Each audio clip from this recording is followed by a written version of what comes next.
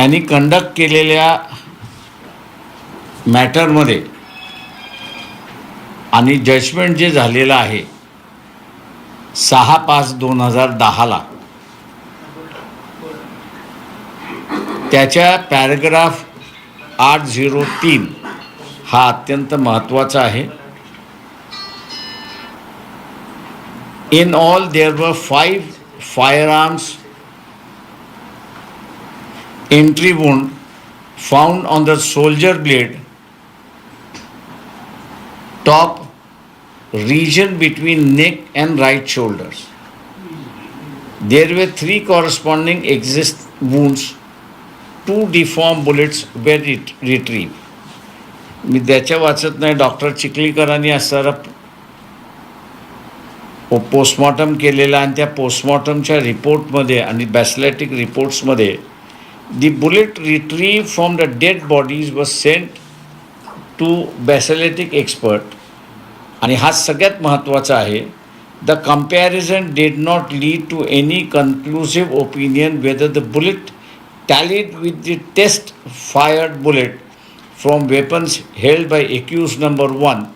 Accused number 1 म्हणजे हा असणारा Kasab are deceased accused number 1 Abu Ismail. म्हणजे ज्या बुलेट्स हेमंत करकरेंच्या शरीरातून मिळाल्या त्या बुलेट्स आणि कसाब आणि अबू सलीम यांनी वापरलेल्या जे वेपन्स होते त्या वेपन्सची मॅच झाल्या नाहीत. हा त्याच्यातला असणारा अहवाल 803 मध्ये आहे.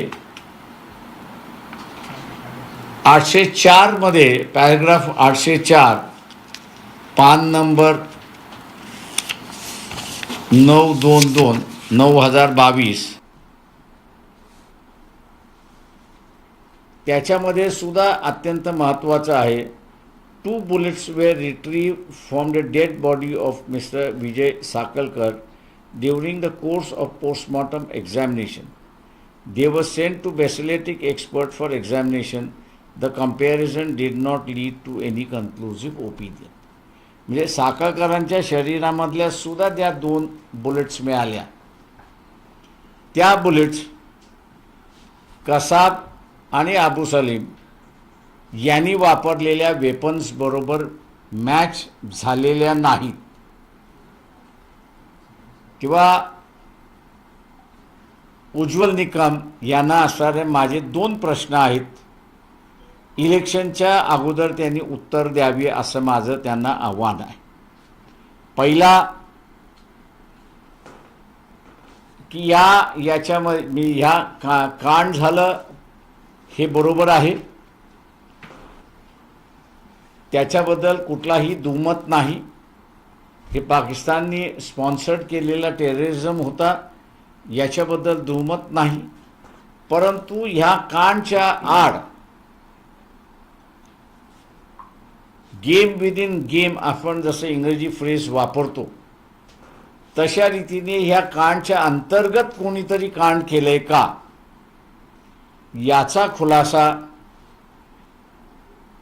निकम यांनी करावा, उज्ज्वल निकम यांनी करावा असं मी त्यांना आव्हान करतोय. आणि दुसरा, ते जेव्हा कंडक्ट करत होते आणि ह्या बुलेट्स यावेळेस मॅच झाल्या नाहीत त्यावेळेस या बुलेट्स कुठल्या वेपन्समधल्या होत्या